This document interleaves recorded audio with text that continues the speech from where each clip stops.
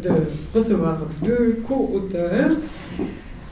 Antoine Mercier, donc déjà présenté par Dominique Butin-Fraisse. Il est journaliste depuis 30 ans à Radio France et il présente tous les jours, moi aussi je le suis tous les jours, ou presque, le journal quotidien à 12h30, qui dure 20 minutes, c'est pas rien.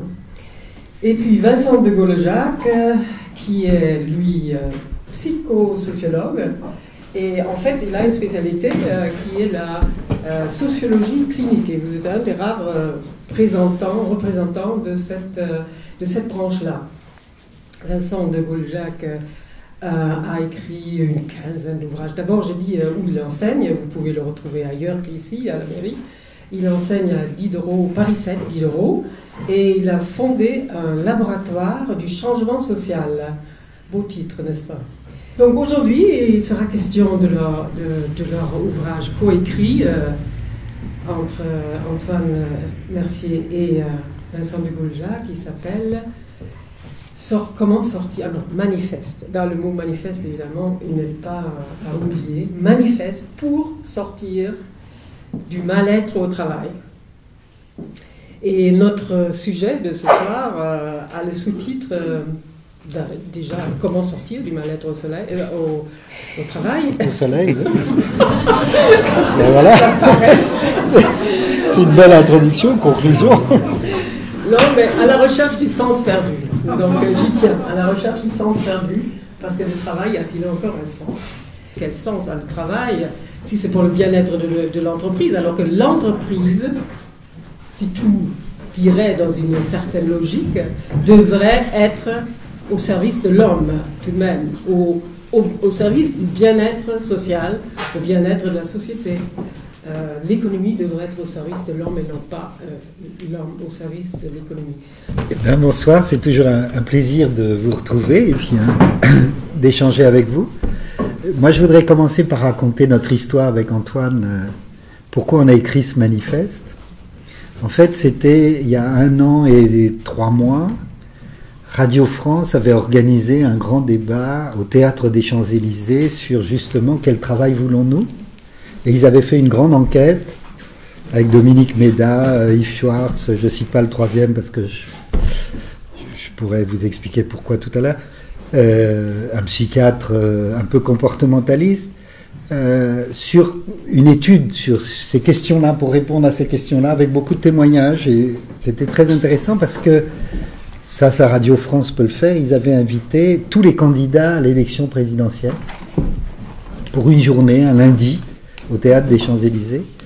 Et Antoine m'avait fait, on ne se connaissait pas à ce moment-là, m'avait invité à son journal de France Culture sur cette question-là. Et puis il m'interviewe, et puis on déjeune ensemble après, et on arrive au constat que, ça va mal partout, c'est-à-dire qu'il y a une plainte, les gens expriment un mal-être, et qu'alors que les conditions objectives de travail vont plutôt dans le sens d'une amélioration, hein, c'est pas germinal, c'est pas le travail à la chaîne, etc. Il semble que les conditions subjectives se dégradent, c'est-à-dire que les gens disent qu'ils vont pas bien, et non seulement ils disent qu'ils vont pas bien, mais il y a du burn-out, il y a de la dépression, il y a de l'épuisement professionnel, il y a la perte de sens, du paradoxe partout, et puis les suicides qui expriment quand même quelque chose de très très paradoxal quand on les analyse un peu et qu'on entend ce que disent les gens qui en arrivent là, c'est qu'ils sont dans une impasse, ça fait plus de sens, ils y croient plus, ils en peuvent plus, ils savent pas comment en sortir, et c'est comme si, en particulier par exemple ceux qui s'immolent par le feu, ils voulaient redonner du sens au suicide, alors que le suicide est l'acte le plus insensé qu'on puisse exprimer. Donc comprendre ce paradoxe-là. Et puis, donc, et Antoine me dit, moi j'avais écrit « Travail, les raisons de la colère », où j'avais, depuis longtemps, au laboratoire de changement social, avec d'autres collègues, on avait analysé ces transformations du monde du travail. J'y reviendrai peut-être tout à l'heure, d'abord dans les multinationales, puis après ces grands cabinets de consultants qui vendent ces modèles de la révolution managériale à leurs clients, à leurs fournisseurs, qui sert de modèle pour la modernisation des entreprises publiques, et maintenant qui sert de modèle pour la réforme de l'État et même de modèle qui est imposé par les grandes institutions financières internationales pour gérer les pays. Il faut gérer les pays comme on gère une entreprise, rentrer dans la culture de la haute performance, etc. Et donc la question, c'était de se dire, mais bon, de constater que dans les discours des politiques, il n'y avait pas de réponse. Non seulement il n'y avait pas de réponse à ce problème-là, mais ça paraissait pas du tout un enjeu central du débat politique. Et donc c'est sans doute pour ça que Radio France l'avait fait, tu vas le dire, Antoine. Mais en tout cas, ce constat que la politique était elle aussi contaminée par cette idéologie gestionnaire, et que donc on était devant cette situation que la réponse, on y reviendra sur le que faire. Il y a des réponses qui peuvent se faire à certains niveaux, mais la réponse politique qu'on pourrait attendre, en particulier des partis de gauche, sur qu'est-ce qui se passe dans le monde du travail, dans cette idée que le socialisme ou le communisme, c'était quand même des théories qui avaient mis la question du travail au centre de leur réflexion politique sur la société, et que ce qu'on constatait, et c'était la confirmation en entendant la plupart de ces candidats, c'est qu'ils ne travaillaient pas vraiment, ils parlaient pas vraiment du travail concret, du travail que les gens font. Ils parlaient de l'emploi, de la crise, de la croissance. Ils avaient une vision économiste et gestionnaire de ce qui se passe par rapport à la question de l'entreprise, etc. Et ils ne parlaient pas de ce que les gens vivent au travail. Et c'est ce décalage qui nous a fait penser que, dans le fond, ça serait bien qu'on écrive quelque chose. Et c'est pour ça qu'on a écrit ce manifeste, pour essayer de répondre à la question « Comment sortir du mal-être au travail ?» Donc, effectivement, moi-même, j'avais, comme tout le monde, je pense, on va pas dire tout le monde, mais je pense une bonne partie des gens, vous n'avez qu'à faire l'expérience autour de vous, le nombre de personnes qui disent être contentes de leur travail, que tout marche bien, que l'ambiance est bonne, que ce qu'ils font a un sens, etc. Donc vous verrez, je pense, comme moi je peux constater, y compris donc dans les milieux supposément privilégiés où on s'intéresse quand même au sens précisément, à la culture. Bon. Comment ce malaise dont on a parlé, dont Vincent vient de parler, était vraiment un malaise absolument général. C'est ça qui est fascinant dans ce sujet, je pense, parce que je crois qu'on est au cœur d'une question que l'on retrouve partout, que l'on retrouve dans le travail. Je crois que l'on retrouve aussi dans la politique. Aujourd'hui, finalement, si Hollande est au point où il en est, c'est sans doute aussi parce qu'il ne produit pas de sens de ce qu'il est en train de faire. On ne voit pas de direction, on est coupé de l'avenir, on n'a plus de prise sur les choses. On attend que ça s'améliore, ou bien au contraire, il va falloir s'adapter, si c'est plus dur, comme ça se durcit tout le temps, on continue à s'adapter, etc. Donc ce sentiment de, effectivement, perte de sens, on va dire, pour faire vite, est absolument général pour beaucoup de personnes, et dans tous les domaines. Pour le travail, on avait bien vu que ça concerne les grandes entreprises, mais aussi les moyennes. Tout le monde a l'air contaminé par cette maladie, qui s'appelle, qu'on a nommé, la maladie de la gestion, le nouveau management, la manière dont ça se produit. Moi, la seule chose que j'aurais, après avoir décanté un peu toutes ces réflexions-là, il me semble que le problème central, c'est l'individualisation des personnes, que le sens se perd quand le collectif se perd. En gros, une personne individuelle a certes une existence, mais ça ne suffit pas à lui donner un sens, et donc à l'humaniser, si je puis dire, parce que c'est ça aussi, je crois, que la définition de l'humain, c'est à la fois une existence en mouvement, c'est l'existence qui va vers quelque part. Donc j'ai l'impression que nous sommes aujourd'hui dans cette situation où nous n'avons pas de... ce que nous faisons n'a pas d'avenir, n'a pas de projet, n'est pas fixé, en tout cas l'avenir ne nous convient pas, c'est l'adaptation qui nous est proposée. Et donc, pour terminer, si vous voulez, parce que moi je veux en rester à mon domaine que je connais bien, je ne vais pas prétendre faire le sociologue, mais dans la manière dont l'information se traite aujourd'hui, indépendamment des problèmes de tout le monde, dans les rédactions, des problèmes de chefs, des problèmes de perte d'autonomie, des problèmes de perte de réflexion, etc., dans l'information, si vous voulez, il y a une chose centrale qui se joue, parce que je crois que la classe médiatique a un rôle, comme d'habitude, très important, pas toujours comme les journalistes le pensent, mais à un autre niveau, c'est que ce qui est présenté par le système médiatique aux gens, c'est-à-dire le médiateur va renvoyer une image collective de ce qui est fait individuellement. C'est ça son boulot. Il regarde l'ensemble des personnes, l'ensemble des situations, et puis il va donner une image de ce qu'il a perçu, de ce qu'il a vu, et ça s'adresse à un collectif. Le problème, c'est que le geste journalistique qui devrait être celui-là, pour renvoyer aux individus le résultat, en quelque sorte, de la somme des actions qui ont été accomplies dans le monde, plutôt que de leur renvoyer cette image-là, en essayant de l'analyser, pourquoi ça ne va pas, qu'est-ce qu'on peut faire, etc., on renvoie aux individus, on essaie de leur donner des éléments qui leur permettraient de s'adapter au monde. On leur donne des éléments individualisés qui vont les intéresser pour votre retraite, pour votre ceci, pour votre cela. On est proche de vous, on fait dans la proximité, et on va s'intéresser à vous en tant qu'individu, et on aura perdu cette notion de dire, vous en tant qu'individu, ce que vous attendez du système médiatique, c'est évidemment d'avoir une vision un peu générale et une réflexion sur ce qui se produit globalement. Donc il me semble que la dérive médiatique, alors soit elle accompagne, soit elle est la cause, je ne sais pas si c'est l'œuf ou la poule, en tout cas on est dans cette... les radios qui marchent bien, l'appel aux auditeurs, RMC qui monte, etc. On voit bien tout simplement la hiérarchie de l'information qui est proposée par les grands médias, donc, qui est de plus en plus des choses qui vont être vendues à la personne. Alors avec Internet, à mon avis, la question s'aggrave encore, même si ça offre d'autres possibilités, mais cette question-là s'aggrave encore pour aller cibler l'individu, pour lui vendre quelque chose qui va le distraire du spectacle du monde, mais qui en même temps va le couper précisément de la capacité qu'il aurait d'avoir une prise sur les choses.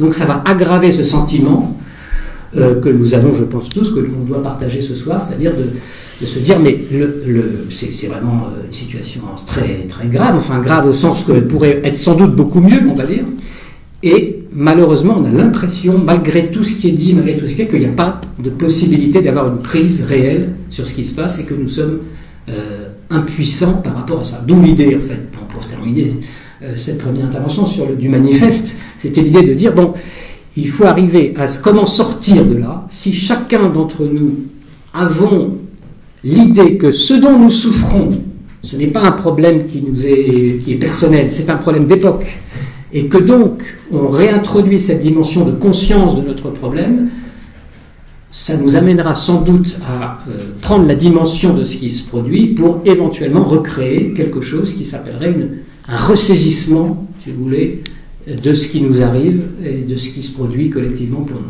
C'était une grande ambition. Bon. Évidemment, on n'imaginait pas qu'on allait révolutionner la planète, c'est pas le manifeste du Parti communiste, mais c'était l'idée, je pense avec d'autres, l'idée de dire sortez de vos individualités, échangez avec les autres sur cette question, mettez à distance les problèmes que vous avez, et à ce moment-là, vous verrez réapparaître la question collective spontanément.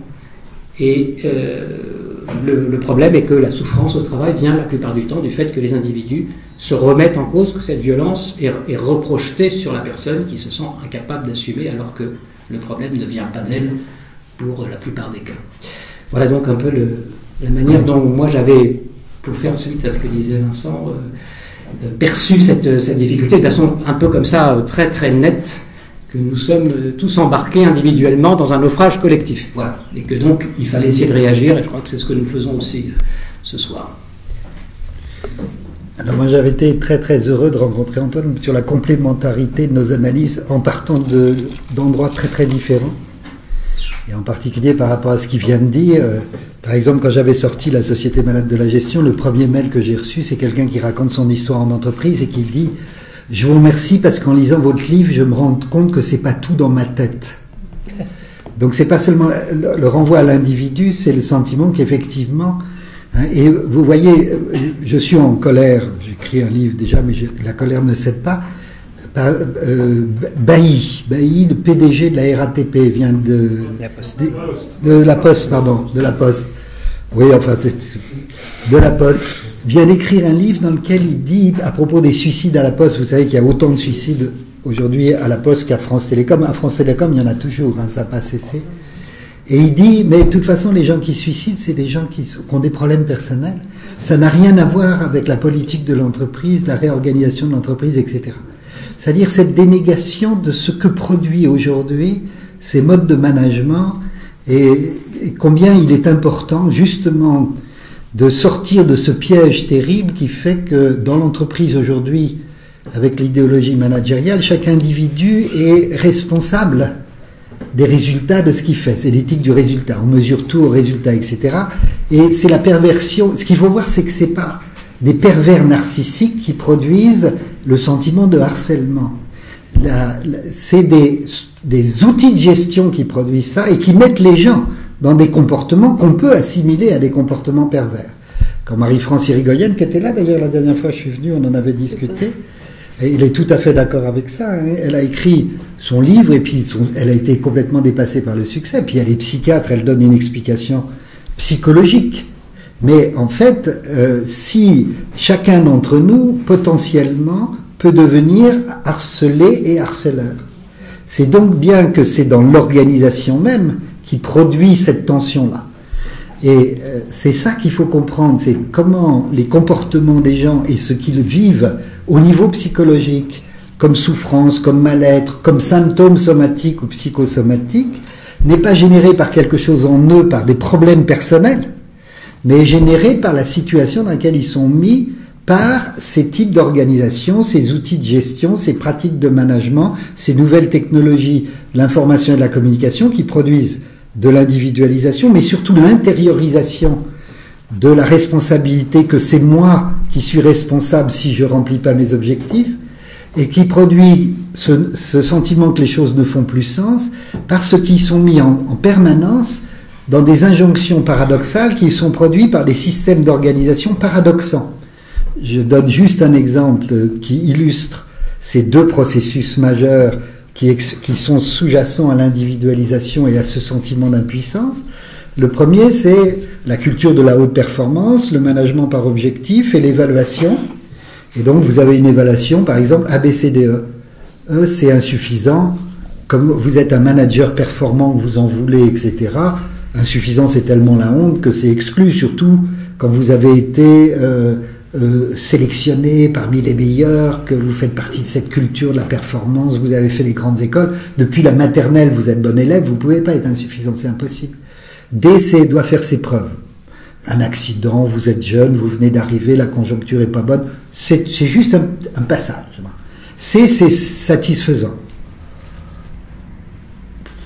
Satisfaisant, c'est moyen. Moyen, c'est quasiment médiocre. Hein. Ce qu'on attend de vous, c'est que vous soyez performant, débattant, etc. Bon. Donc, en fait, ce qu'on attend de vous, c'est B, hein, au-delà des attentes, well above expectation. Vous devez être au-delà des attentes. Et A, c'est clearly outstanding, clairement hors du commun. Donc, ce qu'on attend, si on vous fixe 100 comme objectif, c'est que vous fassiez 110. Donc vous faites 110, et puis l'année d'après, vous n'allez pas régresser, donc votre 110 devient 100, donc c'est plus, vous devez faire 110 encore, mais ça fait en fait 120 par rapport à N-2, etc. C'est ça, l'exigence du toujours plus. Alors, ça c'est dans les entreprises multinationales. Aujourd'hui, dans les entreprises publiques, c'est le même mécanisme, mais à l'inverse. C'est-à-dire, il faut faire autant avec moins. Hein, c'est-à-dire, on réduit les coûts, on réduit les effectifs, on réduit les moyens, etc. Mais comme il y a des poches de productivité évidentes et qu'on sait très bien que les fonctionnaires n'en foutent pas une rame, donc on va faire la pression. Hein, mais c'est exactement les mêmes processus. Et puis, ce qui est paradoxal là-dedans, c'est que plus vous réussissez, plus vous allez échouer. Alors, quand j'avais écrit Le coup de l'excellence, je fais référence c'était un contrepoint à un livre de Peter Waterman, deux consultants de McKinsey, qui avait écrit Le prix de l'excellence, et qui, en faisant l'analyse des 64 entreprises les plus performantes dans le monde. Et ce livre, Le prix de l'excellence, avait eu un succès, s'était vendu à des millions d'exemplaires, parce qu'il vous donnait les clés de la réussite, les clés de la performance. 7 ans après, l'un des deux auteurs, Peter, écrit un livre qui s'appelle Le chaos management, dans lequel il dit que sur les 64 entreprises les plus performantes du monde, il y en a plus de la moitié qui ont disparu, qui sont en crise, qui ont été rachetées par les concurrents, etc. Et il dit, devenez des fanatiques de l'échec. Parce que si vous échouez 6 mois avant vos concurrents, vous donnez une chance de réussir 3 mois avant eux pour le coup d'après. Et il dit, seuls ceux qui seront les champions de demain seront ceux qui sauront vivre dans un monde paradoxal. Et toute la suite du bouquin est un tissu de paradoxes et qu'on connaît bien dans ces entreprises-là. Par exemple, c'est formidable parce qu'avec les nouvelles technologies d'information et de communication, on est libre de travailler 24 heures sur 24. Un autre paradoxe, c'est plus on gagne du temps, moins on en a. Ou un autre paradoxe, c'est le paradoxe de l'autonomie contrôlée par le management, par projet, par objectif, etc. C'est-à-dire que vous êtes tout à fait autonome, vous êtes des sujets autonomes, créatifs, responsables, qui êtes libres de décider des moyens que vous allez utiliser pour remplir ces objectifs. Mais c'est une autonomie sérieusement contrôlée parce que ce qu'il faut, c'est remplir les objectifs et que vous allez être mesuré en fonction de vos résultats et que donc vous êtes donc obligé d'affirmer dans votre liberté dans un cadre qui décide de ce à quoi cette liberté doit mener. Et ça, c'est très compliqué de faire comprendre à des politiques, à des managers, à des dirigeants qui sont dans l'approche solution, qui sont dans des paradigmes utilitaristes, pragmatiques, positivistes, etc., que le monde qu'ils produisent est un monde de plus en plus paradoxal parce que ils savent pas, ils comprennent pas ça. Un ingénieur, une contradiction, c'est très compliqué à comprendre. Et pourtant, ils sont dans un tissu de contradictions. Et leur mécanisme de défense par rapport aux contradictions et aux paradoxes dans lesquels ils sont, c'est de développer deux maladies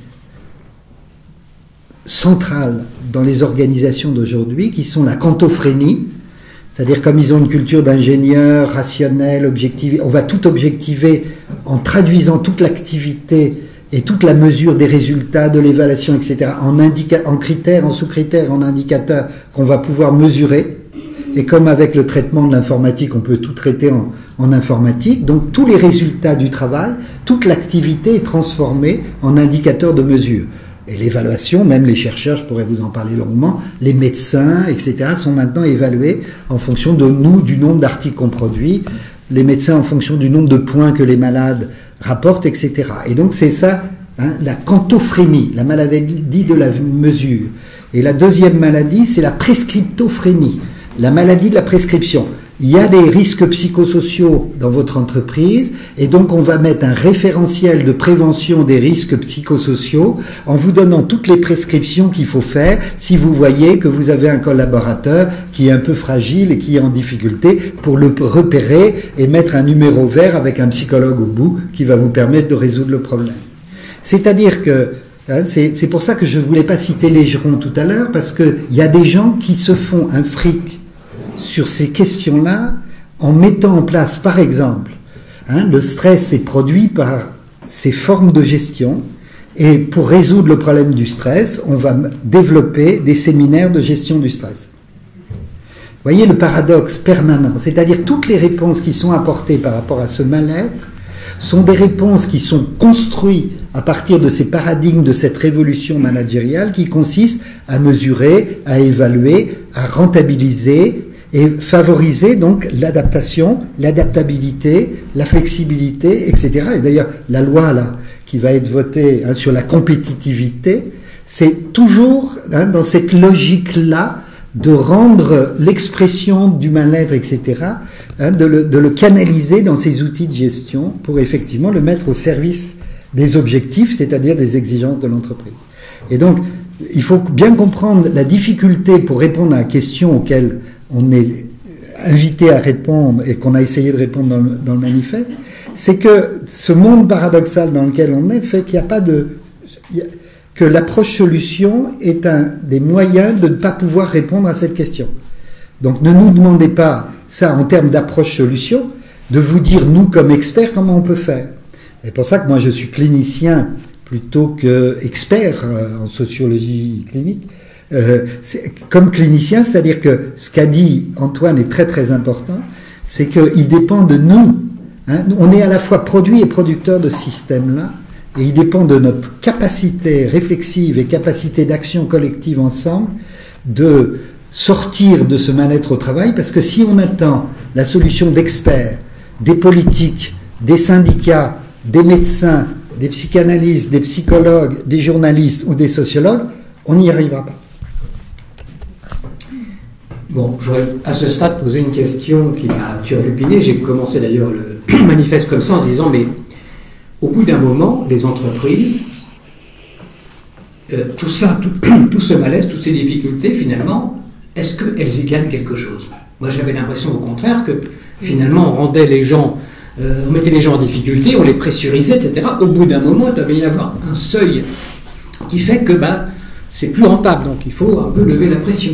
Or, on n'a pas l'impression que ça les gêne, que ça puisse éventuellement porter même atteinte à leurs propres intérêts. Alors, je ne sais pas, là, je rêve peut-être que c'est toujours leur intérêt, mais je me demandais s'il n'y avait pas, au-delà de cet intérêt direct, finalement, une idéologie pure à l'œuvre, qui est le contrôle des esprits, en individualisant, encore une fois, les personnes, qui consisterait à, et je vais donner un exemple pour descendre un petit peu de ce stade-là purement idéologique, par exemple, chez nous, mais je crois que c'est vrai, on en a fait d'ailleurs un chapitre du manifeste, comme partout, il y a par exemple pour montrer comment ce sont les collectifs qui sont visés, comment il faut briser des collectifs.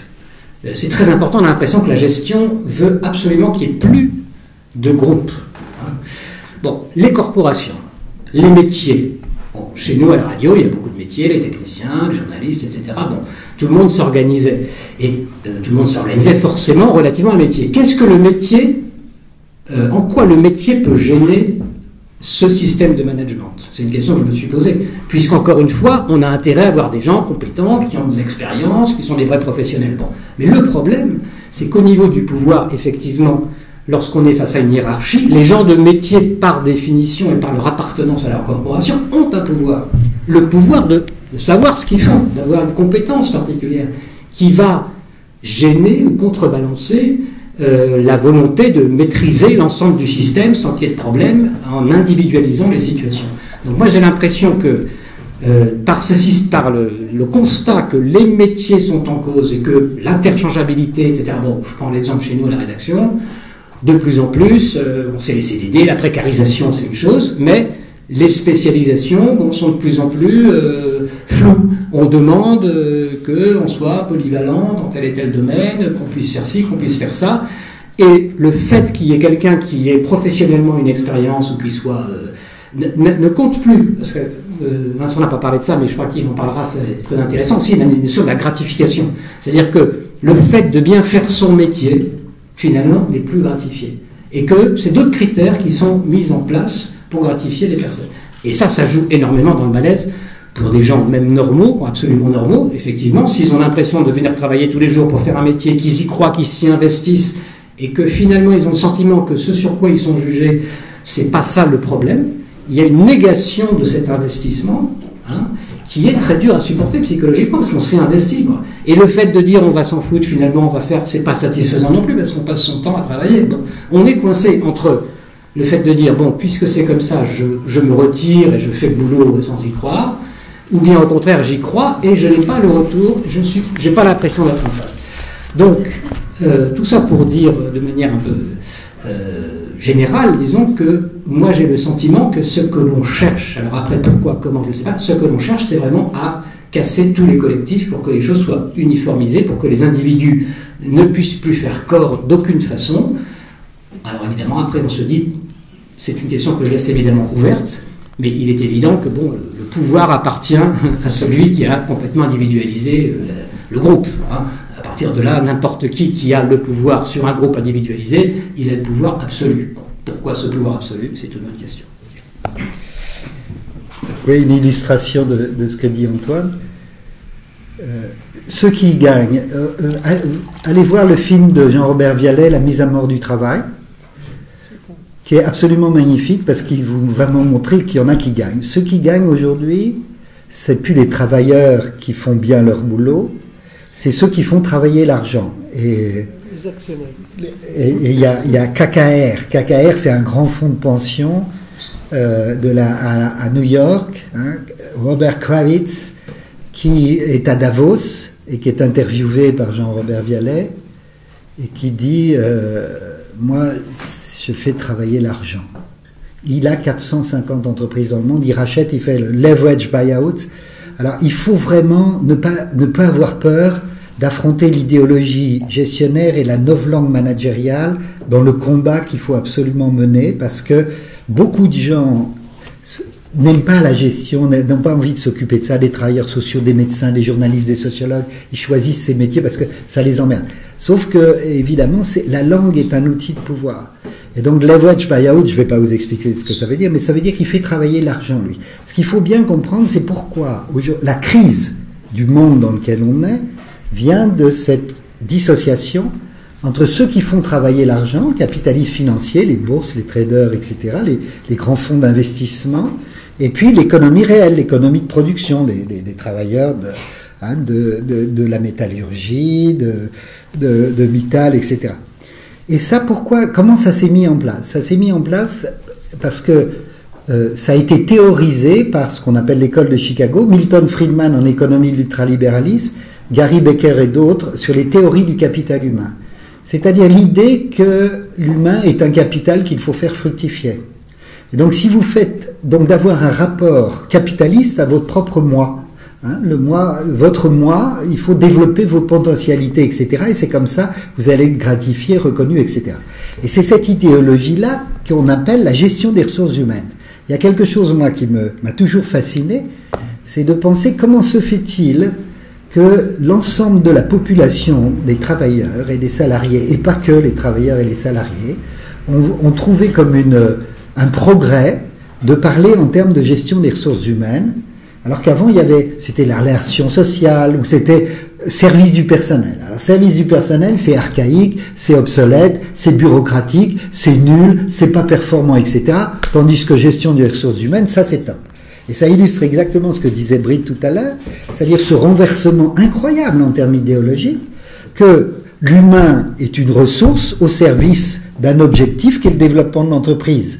Alors qu'on pouvait penser que c'était l'entreprise qui était une ressource au service du développement de l'humain. Donc à partir du moment où l'humain est devenu une ressource, effectivement les DRH ont raisonné en disant les effectifs c'est un coût, et le travail c'est une variable d'ajustement. Et un des effets majeurs de l'augmentation de la pression au travail, c'est qu'à partir du moment où une entreprise fait un taux de croissance de 2, 3, 4% par an et qu'on lui demande, les actionnaires, un taux de rentabilité du capital de 10, 15 et 20%, où est la différence? La différence, elle est dans la variable d'ajustement et on met en place la compétitivité, le lean management, etc. pour permettre d'améliorer la productivité des travailleurs et d'améliorer la rentabilité. Et la rentabilité va au capital, elle ne va pas au travail. Pour vous donner une idée, mais je n'ai pas réussi à trouver un économiste qui me fasse le calcul, mais disons que ce qu'on appelait les 30 glorieuses, il y avait à peu près 30, par rapport à la richesse produite, il y avait 30% qui allait au capital, 30% au travail, 30% à l'entreprise. Aujourd'hui, on est plutôt à 60% au capital et le reste au travail et à l'entreprise. C'est un bouleversement considérable, donc il ne faut pas s'étonner qu'il y ait une pression là. Mais je pourrais continuer l'analyse. Ce qu'il faut comprendre, c'est que c'est ça le paradoxe de la crise aujourd'hui en Europe, etc. C'est-à-dire, c'est cette idéologie-là, ce mode de représentation qui nous dit qu'il faut mettre la société au service du développement économique et de la croissance pour résoudre la crise. Alors que c'est justement cette idéologie-là qui produit la crise. C'est-à-dire que c'est l'économie, la société au service de l'économie et non pas l'économie au service de la société. Et donc à ce moment-là, si on a intériorisé ce modèle-là, effectivement, les indicateurs pour voir la performance du politique sont des indicateurs économiques. C'est-à-dire les politiques doivent augmenter la croissance, réduire le taux de chômage, réduire les déficits publics, etc. C'est là-dessus qu'ils vont être évalués. Et non pas sur le bien-être. Or, un des paradoxes aujourd'hui, c'est qu'effectivement la performance financière des entreprises, mais aussi maintenant des institutions publiques avec la RGPP, se mesure en termes financiers et en termes de réduction des déficits, etc., quel que soit le coût que ça représente par rapport au travail, non pas le coût financier, mais le coût humain, le coût social, etc.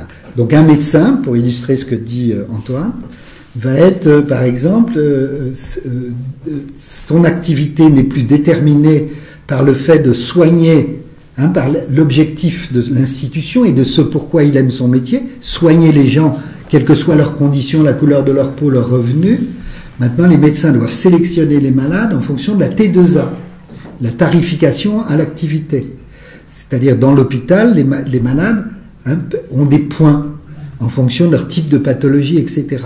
Et donc, si le médecin choisit, pour exercer sa liberté, de continuer à soigner tous les gens qui sont malades parce qu'il estime que son honneur de médecin, c'est ça, il a un coup de téléphone du directeur de l'hôpital qui lui dit « Écoute, tu fais bien ce que tu veux, mais si tu continues ce petit jeu-là, ton service, il va être mal évalué par l'agence régionale d'évaluation et on va le fermer.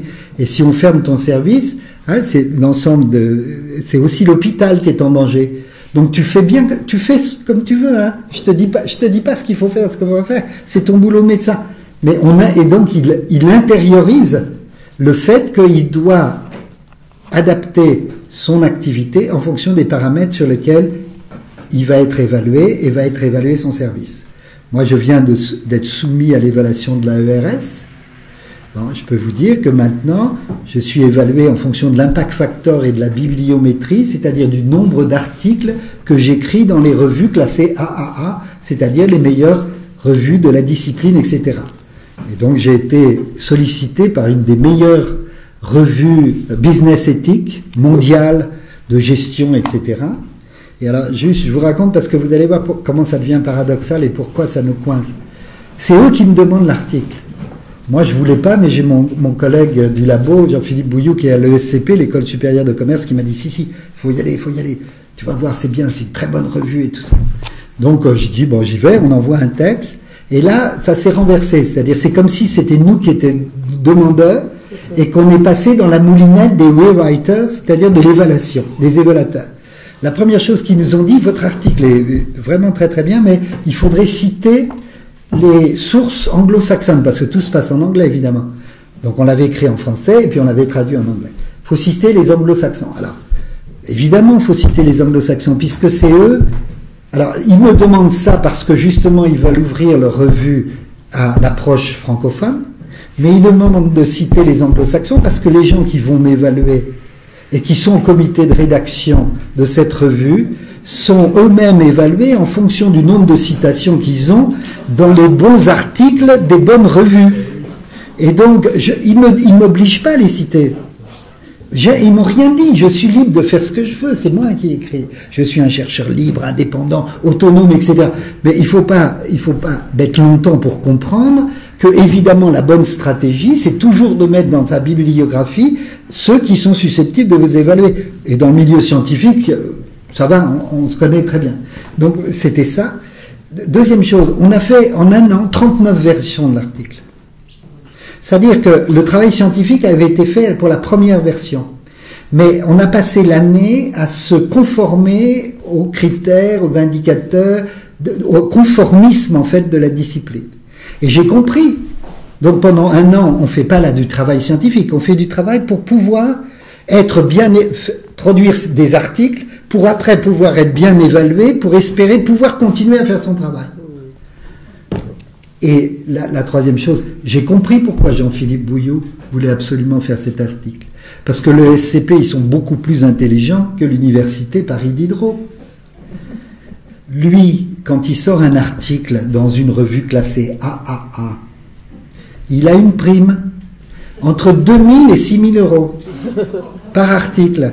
Pourquoi ? Parce que le SCP est elle-même classée en fonction du nombre de points que rapportent les enseignants-chercheurs, enfin les professeurs de l'ESCP, en fonction donc du nombre d'articles qu'ils publient dans ces revues-là. Et vous voyez comment le système se boucle en permanence ? Et l'ESCP est passé devant HEC. Et le classement de Shanghai, je ne sais pas si vous connaissez, c'est maintenant toute la politique universitaire est liée à l'obsession des présidents d'université de gagner des places au classement de Shanghai. Donc il faut publier dans ces bonnes revues. On a embauché un prix Nobel à Paris 7 parce que ça nous fait gagner beaucoup de points sur le classement de Shanghai, etc. C'est-à-dire c'est ça la culture de la performance. Et c'est ça qui est totalement pervers parce que du coup, faire de la recherche, c'est-à-dire les finalités institutionnelles, ce qui fait qu'on aime notre métier et qui fait du sens.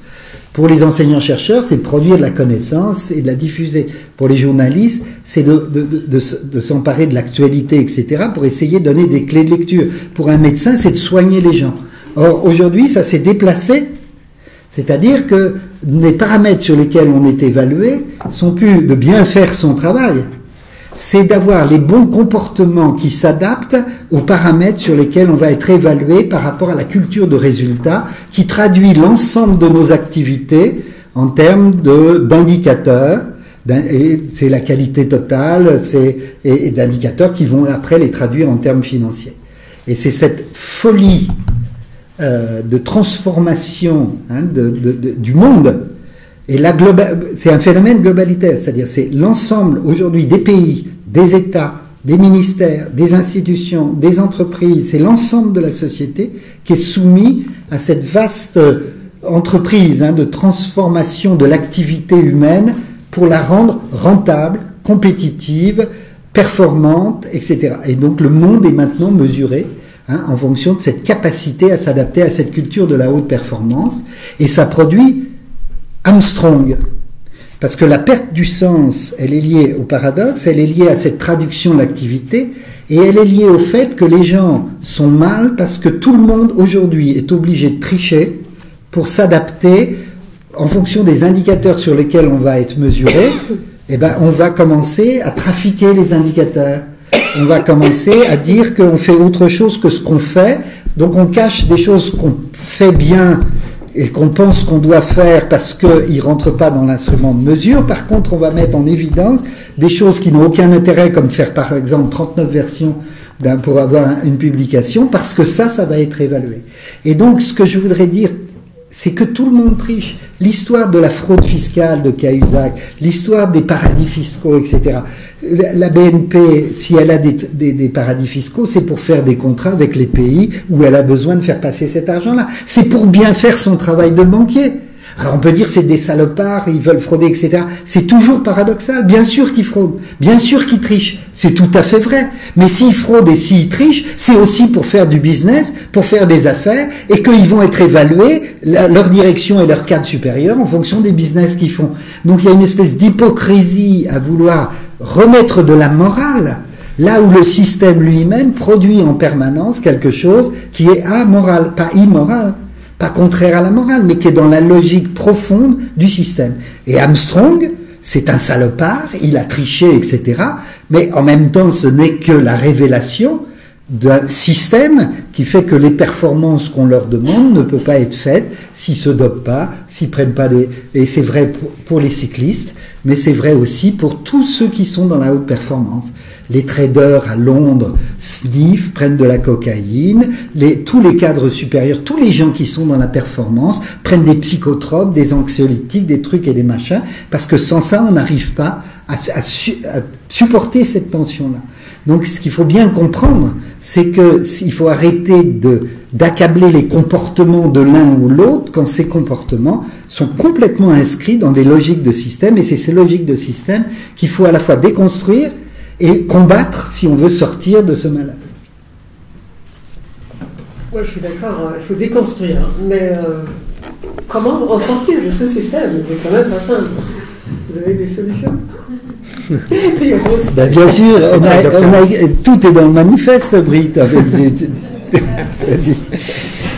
Non, moi, t'écoutant comme d'habitude, d'ailleurs, ça me met en mouvement la pensée quand tu as dit c'est l'argent qui travaille. Donc j'ai l'impression, parce que je réfléchis évidemment à la situation dans laquelle on est. Si on veut essayer de faire quelque chose, il faut comprendre la situation dans laquelle on est aujourd'hui tous. J'ai l'impression que tout ce qu'on nous dit sur la lutte pour l'amélioration, la lutte contre le chômage, etc., y a le paradoxe, c'est aussi en jeu sur le plan politique. C'est-à-dire que pour que ça aille mieux, il faut que les gens aillent moins bien. C'est-à-dire que pour qu'on arrive à refaire de l'argent, d'ailleurs les bourses ne vont pas si mal en ce moment, paradoxalement, pour qu'on arrive à continuer à refaire fonctionner le système, il faut pressurer un peu plus. Et que l'idée de dire que si vous serrez la ceinture, ça va aller mieux, c'est une escroquerie complète. Enfin, je ne sais pas si c'est conscient ou pas, mais ça, on a l'impression que c'est sur l'humain, effectivement, que le système va continuer à s'alimenter jusqu'au point où les arbitrages, et c'est là où on vient à ce qu'on peut faire, quand ce sera suffisamment évident, si toutefois c'est vrai, quand ce sera suffisamment évident que plus ça va mal, moins la perspective que ça aille mieux apparaît, cette histoire de paradoxe de l'austérité aujourd'hui, c'est extraordinaire, parce que l'austérité, c'est la seule politique commune de l'Europe, hein, tout le monde fait l'austérité à 100%, et il se trouve que progressivement, les gens se mettent à déclarer qu'est-ce que c'est que cette politique d'austérité, ça nous fout dans le bain. Alors il y a eu d'abord effectivement un certain nombre de gens de gauche, bon, les économistes, et puis après c'est arrivé aux États-Unis, après même le FMI s'est mis à dire ça, et je disais à midi dans le journal que M. Barroso lui-même, qui est donc le président de la Commission européenne, avait dit cette phrase, l'austérité a des limites. Et il a eu ensuite ce commentaire très rigolo, à mon avis, qui était de dire une politique, même si elle est très bonne, il faut quand même qu'elle ait un certain soutien social et politique, sinon ça ne va pas. C'est-à-dire que on fait très bien, mais si tout le monde pense que c'est mal, ça nous pose quand même un problème. Mais vous voyez, on ne remettait pas en cause le fait qu'il faisait peut-être pas exactement ce qu'il fallait, mais c'était parce que les gens le percevaient mal. Bon. Donc aujourd'hui, pour revenir sur cette question-là, donc tout le monde fait un peu le même diagnostic en disant mais où est-ce qu'on va à continuer à serrer les boulons, les budgets, réduire tout, parce que c'est le discours absolument permanent qui s'est répandu partout, bon, comme vous le savez sans doute. Est-ce que cette situation-là, tout le monde la décrit comme dommageable? Il y a un point où finalement on va partir en spirale descendante, hein, puisqu'on n'arrivera pas à se redresser si on continue à se maltraiter comme ça. Donc pour moi, j'ai l'impression, je ne sais pas que je sois pessimiste tellement sur la capacité à agir au point où nous en sommes, il me semble qu'il y aura un moment de vérité, disons, qui va venir de quelque chose, d'une sorte de crise qui ne sera peut-être pas forcément facile à gérer, mais le moment où on va pouvoir redresser la barre consciemment, en essayant de faire ça en réfléchissant par les institutions politiques, par un ressaisissement paisible, on va dire, d'une société démocratique, moi j'ai l'impression qu'on a franchi ce seuil et que malheureusement on va être sans doute confronté à une situation qui va nous amener à bouger, ou qui va faire un choc, comme on dit aujourd'hui. C'est pas peut-être un hasard si le mot choc, si vous l'avez remarqué, est devenu le mot clé.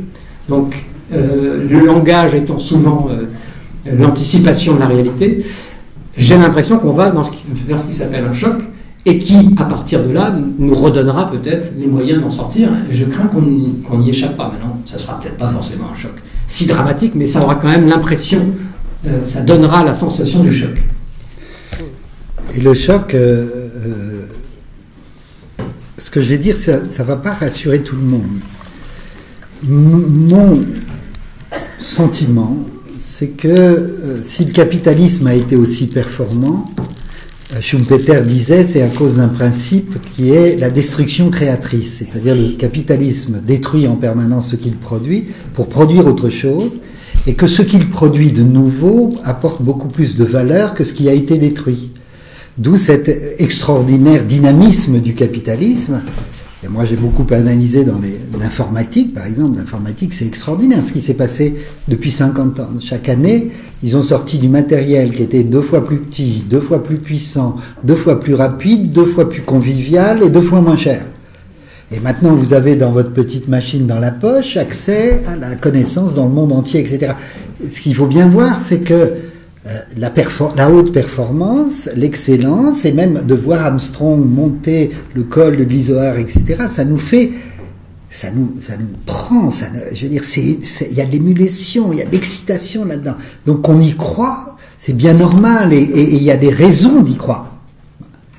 Ce qui se passe aujourd'hui, c'est pour ça que la crise vient dans les pays les plus développés, c'est que ce principe de Schumpeter semble s'inverser. Et que c'est plus la destruction créatrice qui prime, semble-t-il, c'est la création destructrice. C'est-à-dire que ce qui se passe, on est dans un point de bascule. J'en vois 3 indicateurs. Le premier, c'est les ressources de la planète, l'exploitation de la planète. On détruit plus qu'on produit de nouveau et on ne renouvelle plus les poissons dans l'océan, etc. Et puis on pourrait pousser en allant Monsanto avec ces nouvelles formes d'agriculture où les semences elles-mêmes ne sont plus créatrices d'autres semences puisqu'elles ne sont utilisables qu'une fois, etc. Vous voyez, on pourrait aller plus loin. Le deuxième indicateur, c'est c'est le capitalisme financier qui s'est déconnecté du capitalisme de production, de ce qu'on appelle l'économie réelle. Et donc le capitalisme financier détruit l'économie réelle.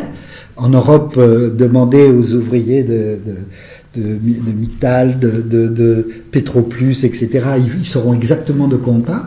Et au niveau du travail, c'est ce qu'on appelle les risques psychosociaux, c'est-à-dire ce mal-être persistant qui fait que les gens ont le sentiment qu'effectivement, ce qu'ils produisent ne fait plus sens et que c'est eux qui sont détruits par cette évolution, cette culture de la performance et de la haute performance. Donc si le choc, il risque d'être brutal parce que on n'est pas dans un état de crise. La crise, c'est un état transitoire entre deux états. On est dans un état structurellement qui a quelque chose de destructeur. Donc c'est pour ça qu'il est temps de réagir et que, au niveau politique, ce qui est, à mon avis, un des combats prioritaires, c'est de lutter une bataille idéologique qui est non idéologique comme bataille. Je m'explique. Il n'y a rien de moins idéologique que la gestion, que le management, la novlangue managériale, elle est pragmatique, elle est positive, etc. Il n'y a pas une gestion de gauche et une gestion de droite. Il y a une gestion efficiente, efficace. Et il y a une gestion pas efficiente, pas efficace. Ça ne se discute pas, ça. C'est-à-dire qu'il y a une vraie difficulté à voir que la gestion il y a une langue managériale qui ne permet pas de penser la complexité du monde et les contradictions du monde dont on parle. Risques psychosociaux.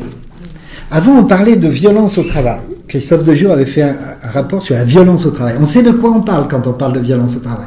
Puis après, ça a été souffrance au travail. On sait encore de quoi on parle. Quand on parle de risques psychosociaux, on ne sait plus de quoi on parle. Risque pour qui, pourquoi, psychosocial, etc. Ça veut tout dire, rien dire. Ça arrange tout le monde. Ça arrange les patrons, ça arrange les syndicats, ça arrange les experts, les médecins, les psychologues, tout le monde s'y retrouve. Sauf que ça désigne quoi ? Ça désigne l'escamotage du débat de Bailly dont on parlait tout à l'heure. On peut dire, c'est eux qui vont mal, donc c'est un problème psychologique et médical. Et les autres disent, non, c'est l'organisation, etc. C'est-à-dire, ça neutralise les conflits, ça neutralise la capacité de penser le monde. Et quand on entend les politiques, Barroso et les autres, c'est extraordinaire comme ils ne vous donnent aucune clé de compréhension. Quand on entend les discours sur la crise, c'est hallucinant. C'est-à-dire on est dans un monde qui n'est plus dans le monde. On est dans un langage qui ne permet plus de maîtrise. Quand tu disais on n'a plus de maîtrise sur les choses, c'est à cause du langage. C'est parce que le langage ne nous permet plus de maîtriser les choses. Et donc pour moi, une des solutions, entre guillemets, parce que je ne suis pas dans l'approche solution, une des nécessités devant lesquelles on est, c'est de batailler contre cette novlangue managériale. J'ai une de mes étudiantes qui fait sa thèse là-dessus.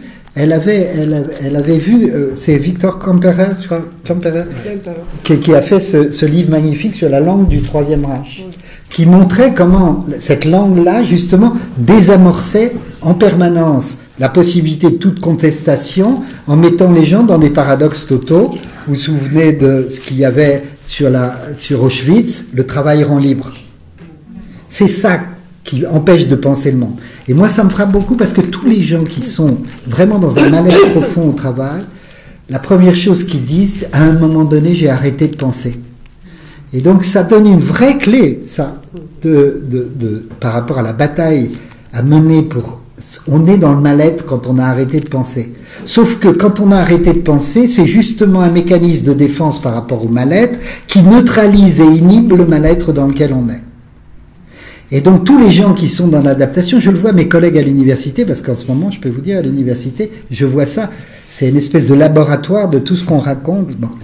Eh bien, ils arrêtent de penser, et c'est le mécanisme du clivage, qui est un mécanisme de défense bien connu. Il y a une partie de mon moi qui s'adapte à ce qu'on me demande, qui fait son boulot, etc.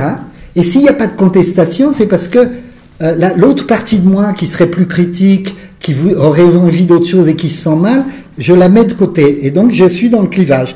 C'est les personnalités as if, disent les psychanalystes. Comme si. Je fais comme si, je m'adapte, etc. Ouais, t'es en forme. Ouais, ça va. Ouais, c'est la pêche, les objectifs, les trucs, les machins, etc. J'y vais.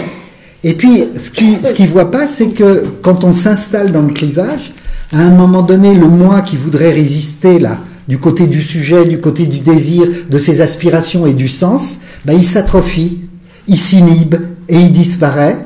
Et c'est pour ça que les gens se suicident ou pour que les gens s'effondrent à un moment donné. C'est parce que quand leur moi qui s'est adapté à l'organisation n'est plus soutenu par l'organisation, parce qu'ils sont placardisés, parce qu'ils sont licenciés, parce qu'ils sont déprimés, parce qu'ils vont pas bien, etc., quand ils ont plus cet étayage, ben, ils s'effondrent. Et l'autre moi, qui était celui qu'on mettait de côté pour essayer de se dire un jour, je redonnerai du sens à ma vie, je ferai de l'art, de la créativité, je ferai vraiment ce qui fait sens pour moi, ben, ce moi-là, il est complètement atrophié. Et donc, c'est bien pour ça que, ce que je suis vraiment dans les solutions, c'est-à-dire que je suis parti du niveau macro-économique par rapport au capitalisme, puis je suis passé au niveau de la devlangue managériale et puis des outils de gestion et des modes d'organisation, et j'en arrive au plus profond de ce qui est au cœur du fonctionnement psychique des individus. Ce qu'il faut voir, c'est que c'est à tous ces niveaux en même temps qu'il convient d'agir et de réagir si on veut effectivement sortir de ce mal-être au travail. Je voulais savoir jusqu'à quel point cette perversion pourrait aller, si ce n'est, comme vous l'avez dit, un fonctionnaire qui va être jugé en fonction de critères très éloignés du côté pragmatique, ou alors un médecin qui va devoir exercer sa profession de façon très éloignée, de vouloir soigner des gens, mais uniquement sur les critères qui lui seront imposés. Jusqu'où ça peut aller? Je trouve quand même qu'il y a une tonalité un peu globalement pessimiste, on va dire, dans mon propos, et je ne suis pas persuadé que l'entretenir, une fois de plus, soit le meilleur moyen de changer les choses. Alors, j'ai essayé de donner l'exemple et donner deux petits exemples dans un domaine que je connais un peu, c'est tiré de l'informatique, vous avez parlé du rôle des nouvelles technologies, qui peuvent laisser entrevoir des esquisses de solutions ou d'espoir sur des nouvelles manières de travailler, à la fois individuelles et collectives, qui donnent du sens au travail. Alors, je pense notamment à une, qui est le mouvement bien connu du logiciel libre, l'open source. Donc on a là des gens qui travaillent en réseau à travers toute la planète et qui développent de manière collaborative, donc sur un modèle qui est, enfin de manière collaborative et aussi sur des initiatives tout à fait individuelles. Et donc on a un mode de travail qui d'une part fait appel au collectif que vous avez dit, mais aussi à l'émulation, à la compétition. Et donc, mon sentiment, c'est que pour sortir un peu, pour donner un sens au travail, il faut peut-être sortir un peu des schémas tout établis, de stigmatiser soit le collectivisme, soit l'initiative purement privée, et d'imaginer d'autres modalités de travail voilà, que permettent les nouvelles technologies. Donc, le logiciel libre, donc, qui évidemment a fourni un travail absolument colossal, une grande partie de l'infrastructure du web tourne grâce à ce travail de dizaines de milliers de personnes qui travaillent depuis probablement depuis une dizaine d'années. Et puis il y en a un autre que je connais un petit peu moins, qu'on appelle qui est un autre mouvement qui s'apparente un peu philosophiquement au mouvement de l'open source et qui lui aussi pourrait peut-être donner un peu de sens au travail, qui est le mouvement qu'on appelle des makers. Je ne sais pas si vous en avez entendu parler, c'est un mouvement qui repose sur un progrès technologique, les imprimantes 3D, donc qui permettra de concevoir des objets, notamment de faire face à ce que vous disiez tout à l'heure, téléportation, de s'opposer à l'obsolescence programmée en permettant à tout un chacun de fabriquer des objets, en tout cas simples dans un premier temps, de les réparer, etc., de les enrichir de manière collective, de les faire imprimer soit chez soi, soit dans des entreprises spécialisées, etc. Donc là aussi, encore une fois, les nouvelles technologies peuvent permettre, pour autant qu'on sorte un peu des carcans, je dirais, idéologiques traditionnels, qu'on ait le courage de l'invention, d'inventer de nouvelles solidarités, de nouvelles manières de travailler ensemble qui utilisent à la fois le collectif et puis ce que l'individu et la compétition apportent de positif. Bonjour, j'ai été un des animateurs du collectif Santé et Travail de la Fédération CGT des services publics pendant une quinzaine d'années. J'ai créé à ce titre-là un site internet qui s'appelle Comprendre pour agir, autour des questions de la santé, du travail et de la culture. Simplement par rapport à votre intervention, deux petites choses. Je partage un peu l'intervention précédente parce qu'il serait quand même bon de citer des exemples ou des expériences où on a réussi à faire bouger des choses, quoi. Parce que si on est simplement sur les constats qu'on ne peut rien changer, c'est un peu désespérant. Moi j'ai l'expérience, j'ai été secrétaire du syndicat donc CGT de la ville de Vénissieux pendant 8 ans, et notamment on a eu une lutte qui a duré 7 ans à la médiathèque, avec tout un tas de dysfonctionnements sur l'organisation du travail et sur la question managériale. On a réussi au bout de 7 ans à avoir une expertise et à remettre à plat l'ensemble de l'organisation du travail. Parce qu'il y avait une intersyndicale CGT Sud, parce que les militants étaient formés. Ce que je veux dire simplement, c'est que à partir du moment où les salariés sont organisés, alors il se trouve que là c'était la forme syndicale, il pourrait y en avoir d'autres, où il y a une stratégie syndicale et où les agents sont sur le terrain de l'action et de la lutte, tout est permis.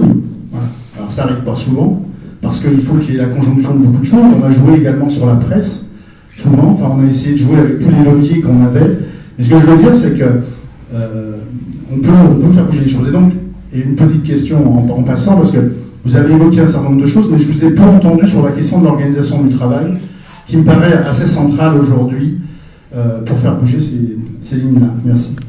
Un tout petit mot pour ce qui me concerne. Je crois que je ne suis pas convaincu que ce soit une question de pessimisme ou d'optimisme, parce que quand j'ai parlé de choc, on peut l'attendre avec un certain optimisme aussi, puisque ça permettra sans doute de débloquer quelque chose, et je ne parle pas du tout forcément d'une situation dramatique. J'espère que ça se passera de manière, ça peut très bien se passer de manière plutôt forte, voilà, ça peut créer un mouvement qui ne soit pas du tout négatif. Donc quand j'ai dit tout à l'heure, mais évidemment je peux me tromper, que j'avais l'impression qu'alors que tout avait été bien décortiqué, bien dit, et que malgré tout rien ne bougeait véritablement sur le plan systémique, si vous voulez, on fait un constat d'un problème systémique. Bon. Si le système lui-même fait ce constat sans qu'il se réforme d'aucune façon fondamentalement, on peut penser qu'il est au-delà de la capacité de réforme. C'est tout ce que je disais. C'est-à-dire que je pense que nous sommes au-delà de la capacité du système à se réformer.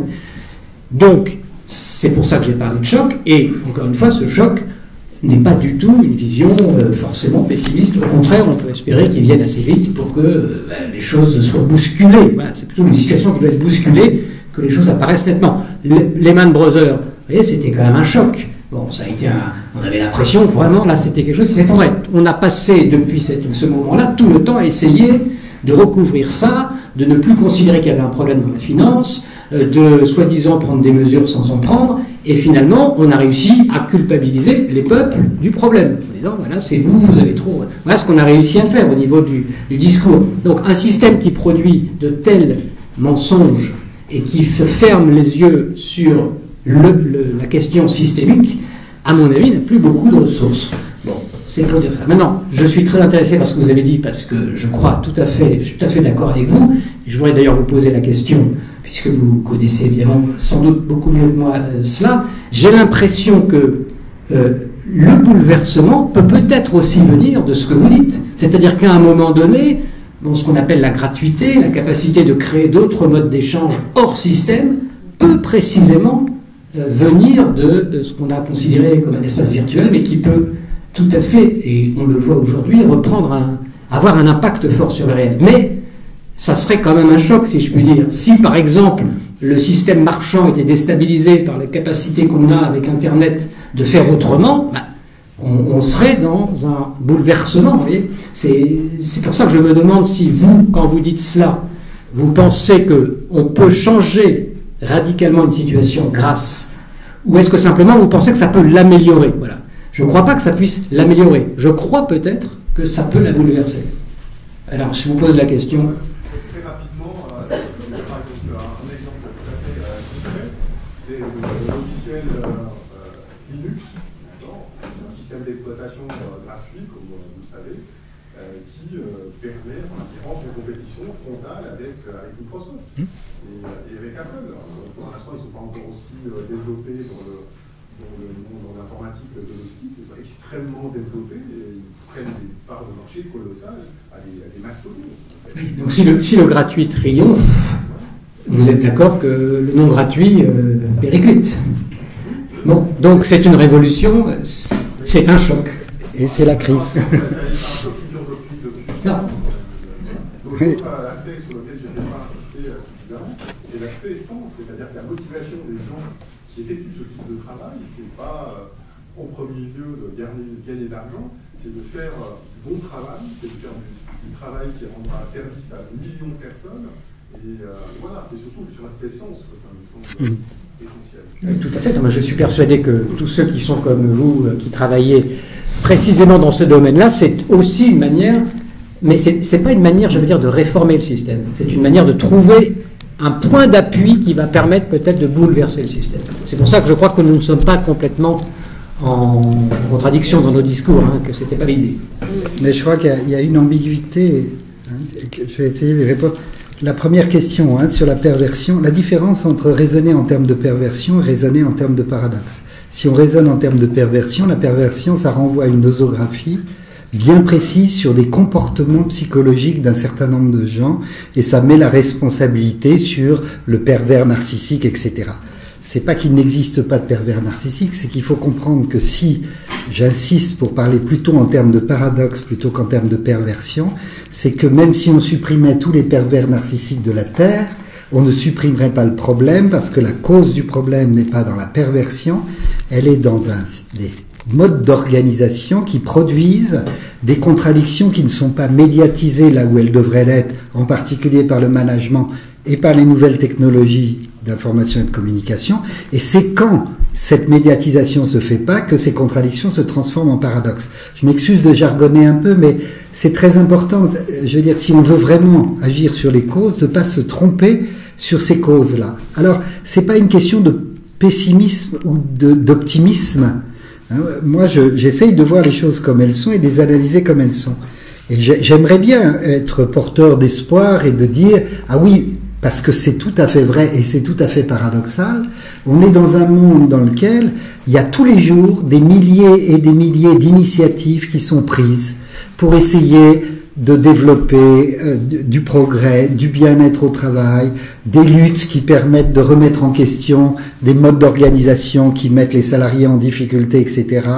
Et c'est, si vous voulez, c'est Davos, j'ai parlé de Davos, parlons de Porto Alegre ou autre, c'est-à-dire toutes ces, dans l'économie sociale et solidaire, parmi les start-up, etc., partout dans le monde du travail, partout dans la société, il y a des gens qui se mobilisent aujourd'hui pour produire de l'être ensemble plutôt que du profit, pour produire de l'intelligence, du travail bien fait et de la créativité, plutôt que d'être obsédés simplement pour répondre aux objectifs financiers qui leur sont fixés.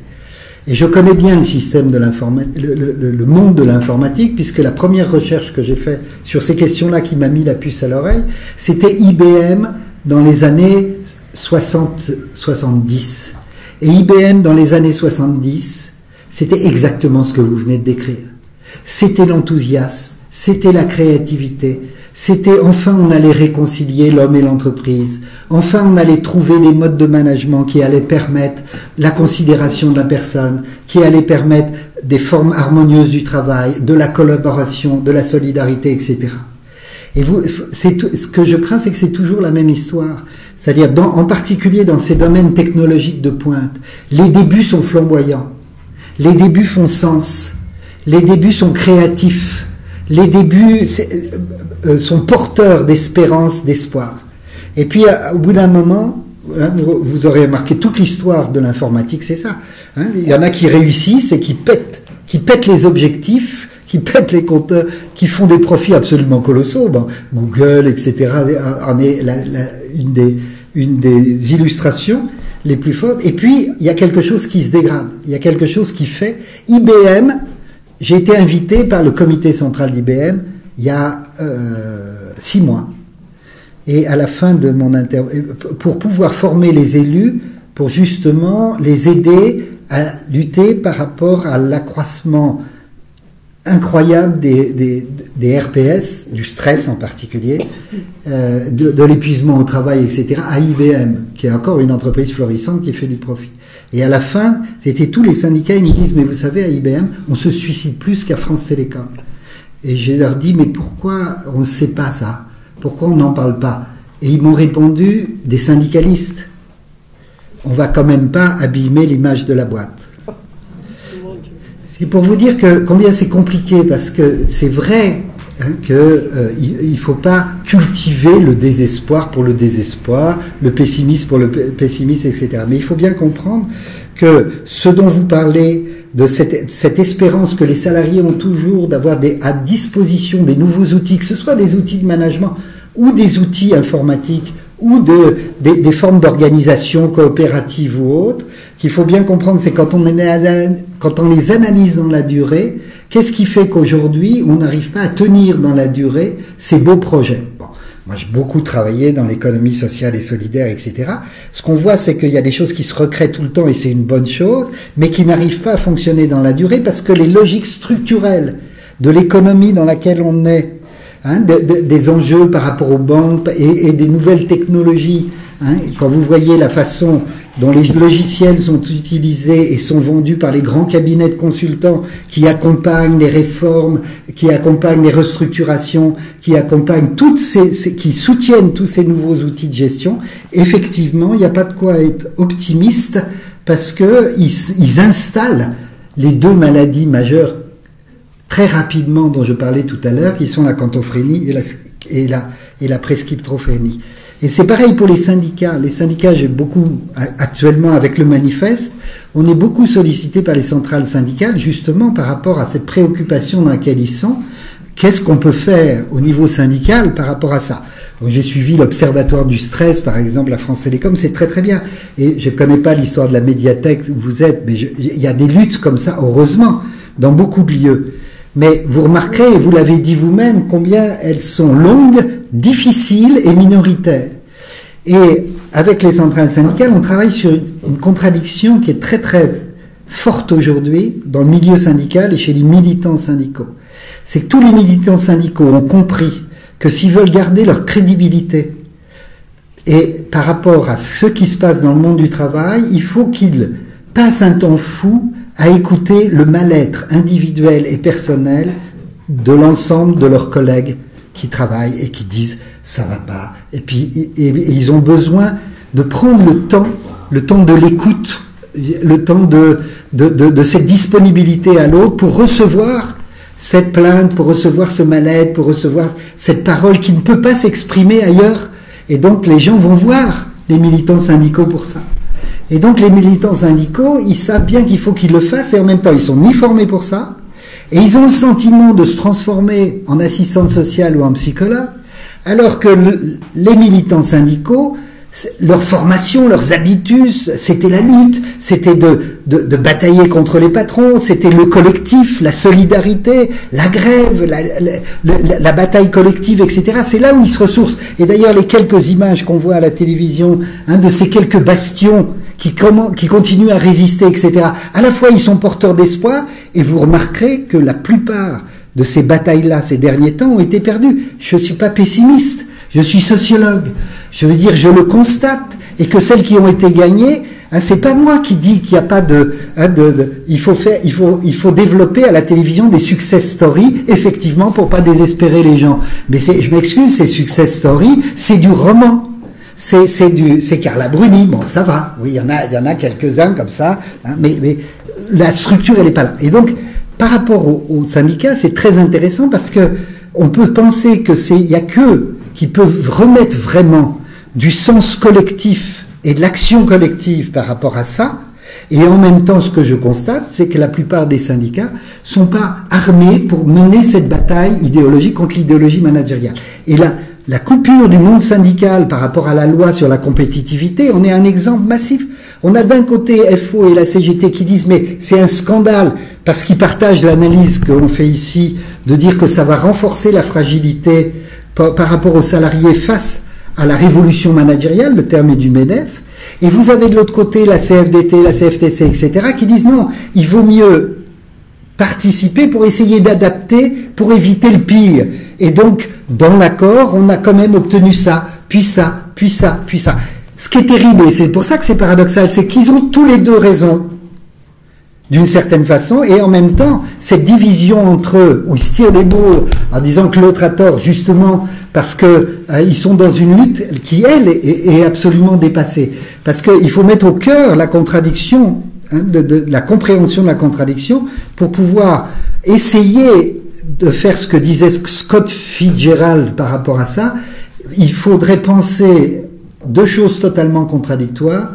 Il faudrait penser que les choses sont sans espoir et être cependant décidé à les changer. Et je vous remercie pour ce témoignage parce que il est très important, hein, que cette violence-là puisse être traitée pas seulement en renvoyant la personne en termes psychologiques, psychiatriques, avocats, etc. Et ce que vous exprimez très bien, c'est le fait que ce sentiment de solitude, d'impuissance et de répétition qu'il y a dans ces situations-là.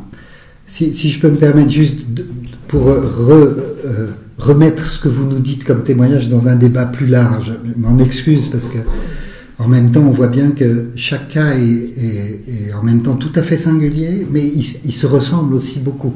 Hein, ils ne mourraient pas tous, mais tous étaient frappés, il y a un film là. Je voudrais dire il faut faire, je pense, la différence entre, c'est un proverbe indien qui dit, à celui qui est affamé, il faut donner à manger, à celui qui a faim, il faut apprendre à cultiver la terre.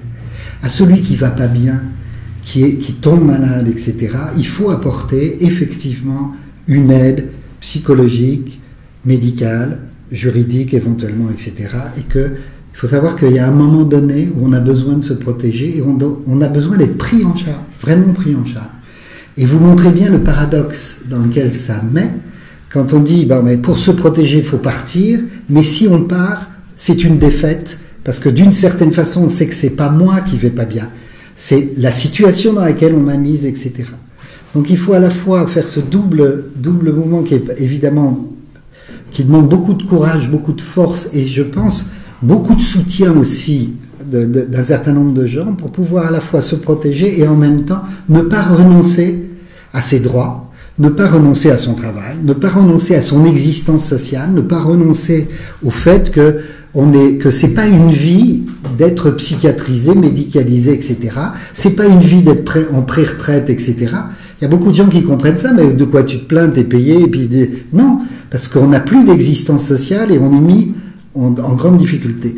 Et donc il y a un vrai travail de formation auprès de tous les acteurs, les intervenants par rapport à ces questions-là, pour à la fois, on a besoin par exemple, de psychologues et de médecins pour aider les gens qui vont pas bien et les prendre en charge au niveau psychologique et médical, et en même temps, il faudrait que ces gens-là soient formés pour dépsychologiser et démédicaliser leurs réponses.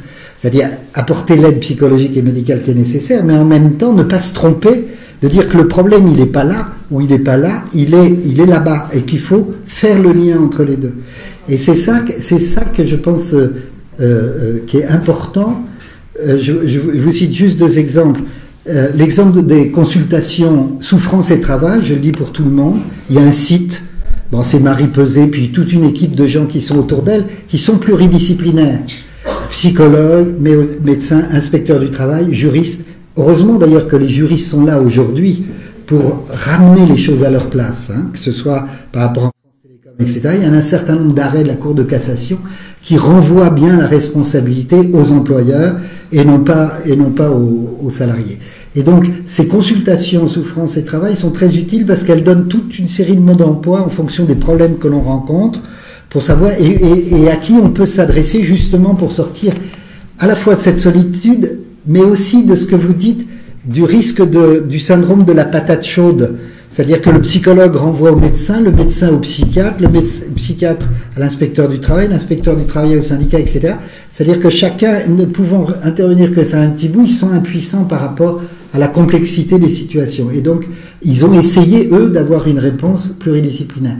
Et ça, c'est au niveau de l'aide concrète à des personnes concrètes qui sont dans des situations équivalentes à la vôtre. Et puis, il y a des choses au niveau, moi, par exemple, je me suis investi dans l'appel des appels. L'appel des appels, c'est un lieu où l'ensemble des gens qui sont mobilisés collectivement, que ce soit syndicats ou que ce soit sauvons la recherche, sauvons l'université, sauvons l'hôpital, sauvons la clinique, le travail social, sauvons les journalistes, sauvons... tous ces mouvements de résistance qui sont mis en place sur cette analyse que c'est bien ces pratiques de management et de mode d'organisation qu'il faut remettre en question, essayent de se rassembler ensemble. Et il y a un manifeste que je vous invite à lire si ça vous intéresse. Vous tapez manifeste de l'appel des appels, qui montre que les problèmes sont les mêmes pour les journalistes, pour les chercheurs, pour les gens de France Télécom, pour les gens dans les hôpitaux, pour les travailleurs sociaux, etc. Et ça, il faut le dire. Et aujourd'hui, aussi, au cœur même de l'État et des institutions publiques. Et ça, je crois que c'est très très important de dire que ce qui se passe à France Télécom, c'est pas propre à France Télécom, c'est quelque chose de transversal. Alors, évidemment, c'est pas optimiste que je dis, mais je vous assure que je vous remercie du début de votre intervention quand vous dites que vous ne ressentez pas mon discours comme pessimiste. Non, je pense qu'il met des mots sur des choses que beaucoup de gens ressentent chacun dans leur coin et que c'est important de pouvoir partager ensemble ces expériences pour voir que c'est pas moi tout seul dans mon coin. Et que c'est pas moi qui suis folle ou qui déconne ou qui suis fragile, vulnérable ou je sais pas quoi.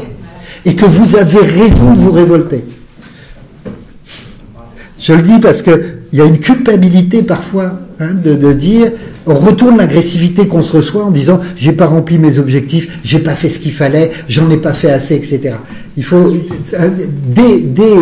dépsychologiser et déculpabiliser en disant que la responsabilité, effectivement, c'est pas soi ou c'est pas en soi, mais c'est bien dans la relation à ces modes d'organisation et ces nouvelles formes de travail. Vous avez parlé donc de stratégie d'adaptation en fonction des critères de notation. Donc ça ne commence pas au travail, ça commence avant le travail. Par exemple, les chômeurs chez Pôle emploi, moi je suis en chômage en ce moment, donc les cabinets de recrutement constatent qu'environ 25% des CV sont daubés, parce qu'il faut avoir l'air d'avoir le profil pour le poste un maximum, il faut avoir l'air très bien. Et puis quand vous avez 13 mois d'inactivité, l'APEC vous apprend soit à assumer vos 13 mois, soit à raconter des bobards, parce qu'avoir 13 mois d'inactivité, effectivement, c'est pas performant.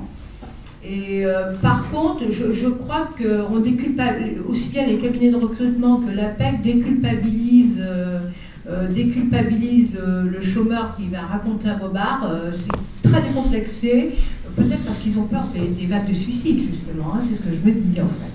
Voilà, et donc maintenant, Pôle emploi, quand vous avez 13 mois d'inactivité, vous envoie dans le secteur privé par des cabinets d'outplacement qui ont des commissions s'ils vous placent n'importe comment, n'importe où. Et là, on vous propose une stratégie marketing, c'est-à-dire que vous vendez comme un produit, et vous bradez un salaire comme un produit en tête de gondole aussi.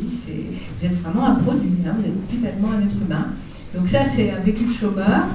Et deuxième point, sur le fait aussi, qu'est-ce que finalement le patronat a gagné à avoir des gens qui ne se sentent pas bien? Est-ce que s'ils se sentaient mieux, ils ne seraient pas davantage productifs?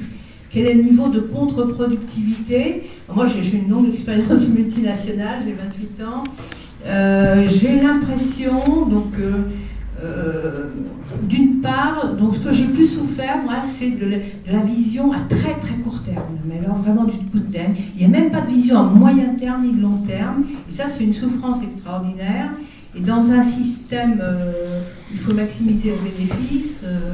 Je dis toujours avec humour, la valeur n'attend pas le nombre des années, la valeur ça s'écrit L''AVALEUR, donc c'est du profit à très court terme, ça ne changera pas, donc la souffrance à mon avis ne changera pas à ce niveau-là. Et je crois que le système capitaliste s'est adapté aussi à des rotations. Quand ça ne va pas dans une société, ça se traduit de toute façon par des grosses rotations sur les postes de travail, même des gens très qualifiés. Et je crois que le système a fait une contre-adaptation par la souplesse de l'intérim, par des sociétés intervenantes qui coûtent très cher, mais qui assument ce crack. Ils n'ont pas un crack, ça peut être 3 personnes à des postes élevés dans un même service qui flanquent leur DEM en même temps parce qu'ils ont eu d'autres propositions ailleurs. Et ils font face au crack par des sociétés d'intervention. Donc je pense qu'on ne s'achemine pas vers un mieux de ce côté-là. Je pense que ça chemine vers une adaptation du système pour vraiment pallier aux faiblesses temporaires d'un individu. Merci, parce que c'était vraiment très éclairant ce que vous avez dit, j'ai trouvé. J'ajoute une multinationale, hein, avec burn-out, enfin, total. Pas au poids de madame, mais pas mal dans le genre quand même. Ouais, en fait, du coup, moi je voulais juste un petit peu élargir en fait pour dire que est-ce qu'on peut exister finalement dans cette société en dehors du travail? Non, mais en fait, voilà, c'est aussi une vraie question parce qu'on a l'impression que, en tout cas, dans nos pays développés, il n'y a que par ça qu'on arrive à être quelqu'un. Et est-ce qu'il n'y a pas aussi cette question-là, finalement, qui sous-tend toute cette réflexion que vous menez sur la question du bien-être dans un travail? Parce que, est-ce qu'on ne peut pas être bien autrement que dans le travail aussi? Alors moi j'ai une petite expérience récente dans l'établissement, enfin dans le lycée où je suis. Il s'est créé de manière souterraine un comité de vigilance contre les discriminations. Ce qui a amené le chef d'établissement, c'est-à-dire le proviseur, à faire venir les inspecteurs, enfin branle-bas de combat, qu'est-ce que c'est que cette instance, d'où vient-elle, qu'est-ce qu'on y fait, etc. Et donc il y a eu une grande réunion dans la salle, enfin la salle de réunion, la salle de conférence, et on a entendu des personnes en situation de souffrance. Enfin moi je soupçonnais évidemment que ça existait, mais à ce point-là, vraiment pour moi ça a été tout à fait... Regardez, les profs, vous voulez dire? Pas seulement des profs, il y avait les atos, enfin, le comité de vigilance contre les discriminations, je parlais de toutes les discriminations, hein, de toutes sortes. Donc on a eu des interventions de gens qui, à visage découvert, ont dit quand même que, bon, ils étaient évidemment dans ce fameux comité, parce que se poser la question de la légalité, il y a normalement des syndicats, on doit normalement se tourner vers les syndicats pour essayer de défendre sa cause. Mais comme les syndicats, et c'est pas le propre de l'établissement où je suis, ont été quand même terriblement discrédités ces dernières années, donc beaucoup de professionnels ont du mal à se tourner vers les syndicats. Et donc ce comité de vigilance s'est créé parce que justement la confiance, malheureusement, moi je peux le déplorer, hein, bien sûr, n'était pas possible. Il n'y avait pas si vous voulez, de désir d'aller vers les syndicats. Voilà. Donc c'est créé ce comité, hein, et donc les gens se sont battus, hein, pour le faire exister. Je ne sais pas ce que ça va devenir, mais voilà. Juste une chose très rapide. Donc, je suis membre du CHSCT, donc c'est pour ça que ça m'intéressait de venir vous écouter. Et le médecin de prévention où je travaille donc alerte sur les comportements du personnel et constate une montée de haine. Donc là, ça interpelle parce qu'on se dit que la haine et la violence, dans des relations interpersonnelles. Donc je me dis que là, il n'y a plus de lien, il n'y a plus de tissu social. Pour moi, ça veut dire qu'il n'y a plus de lien social. C'est l'effritement du lien social, est remplacé par la haine et la violence. Donc c'est pour ça que votre bouquin m'intéresse, parce que là, nous, chez nous, c'est comme ça. Mais je pense que ça reflète ce qui se passe aussi dehors et qu'on le vit maintenant au sein de l'entreprise. Et malheureusement, je crois que là, il n'y a pas actuellement de réponse à ce phénomène. Et effectivement, les syndicats ne sont pas formés à une écoute de souffrance. Il n'y a que le médecin de prévention, en fait, qui est énormément sollicité, mais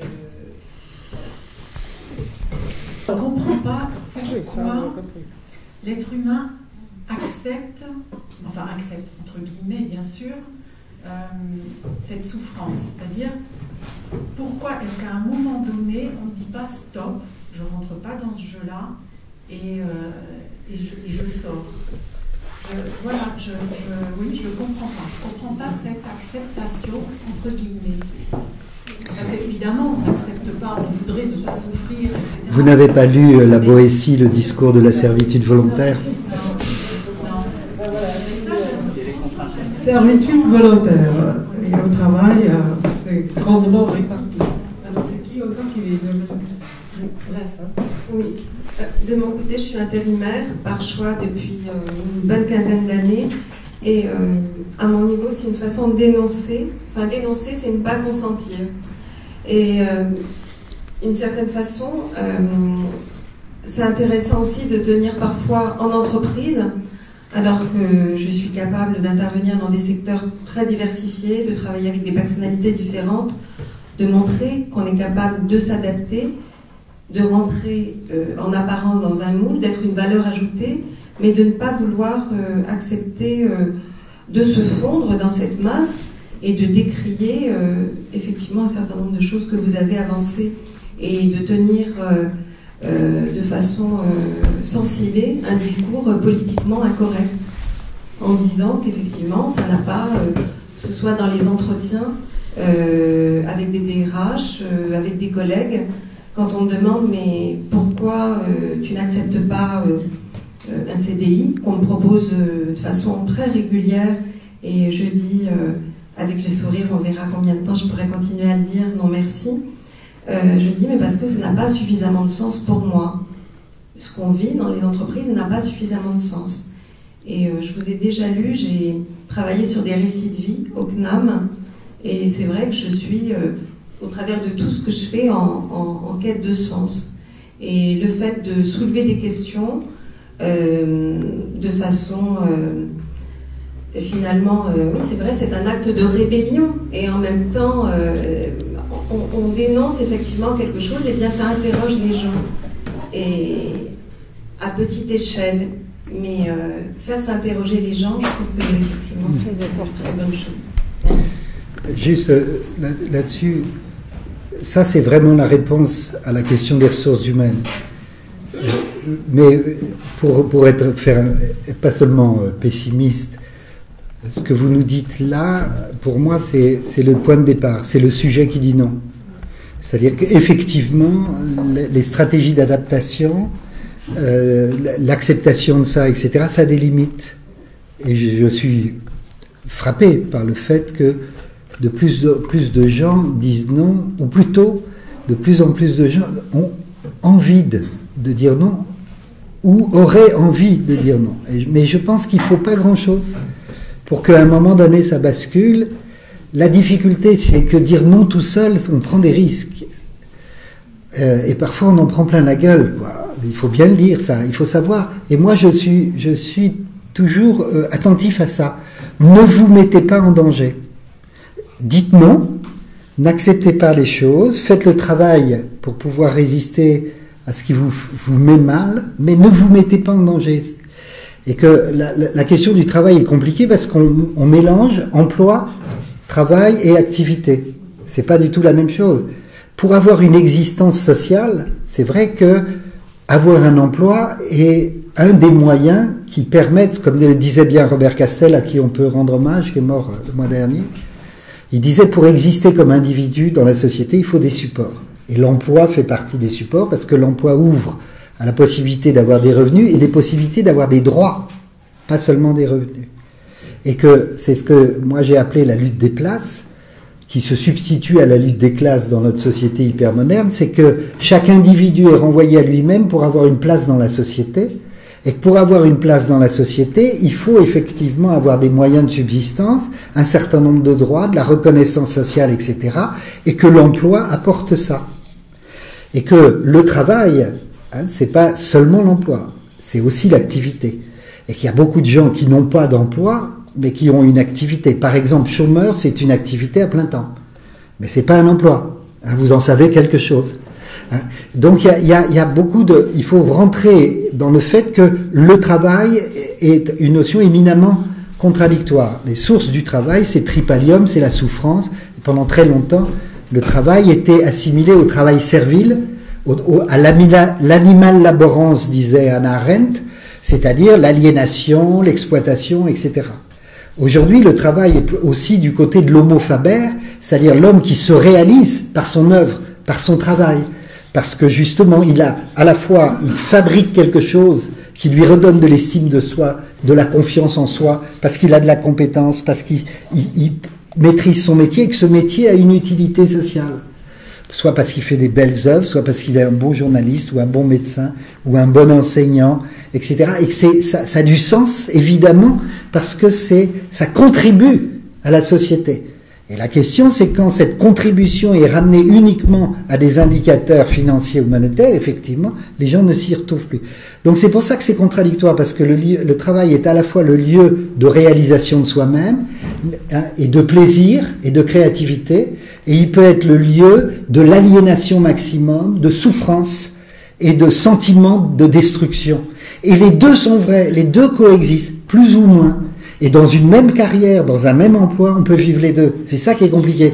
Hein, c'est pour ça qu'on a envie d'y rester, même si on souffre, on n'a pas envie de partir, parce que ça apporte aussi quelque chose qui est absolument vital pour soi.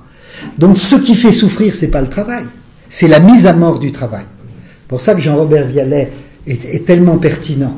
Hein, ou ce que dit Chloé Dejour sur ce qui fait souffrir, c'est d'être empêché de travailler. C'est-à-dire empêcher de pouvoir vraiment être un bon journaliste. Ce qui fait souffrir Antoine Mercier, c'est quand il ne peut pas être un bon journaliste. Ce qui me fait souffrir, c'est quand je ne peux pas être un bon chercheur. Ce qui fait souffrir Brit, c'est quand elle ne peut pas avoir ces conférences, échanger, que les gens puissent réfléchir ensemble, etc. Alors on a vraiment besoin de reprendre, pour moi, une des réponses au mal-être au travail, c'est de retrouver ce que tu disais sur le sens du métier profond, c'est-à-dire là où on se ressource, c'est dans l'activité concrète.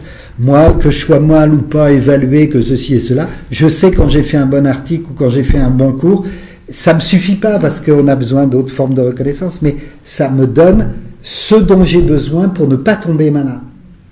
Et je pense que chacun, et à France Télécom, c'est ce qui a été terrible, c'est tous ces gens qui étaient des techniciens et qui faisaient bien leur boulot et qui maîtrisaient leur truc, et puis on les a mis sur des plateformes téléphoniques, la mobilité, le turnover, time to move, ces conneries.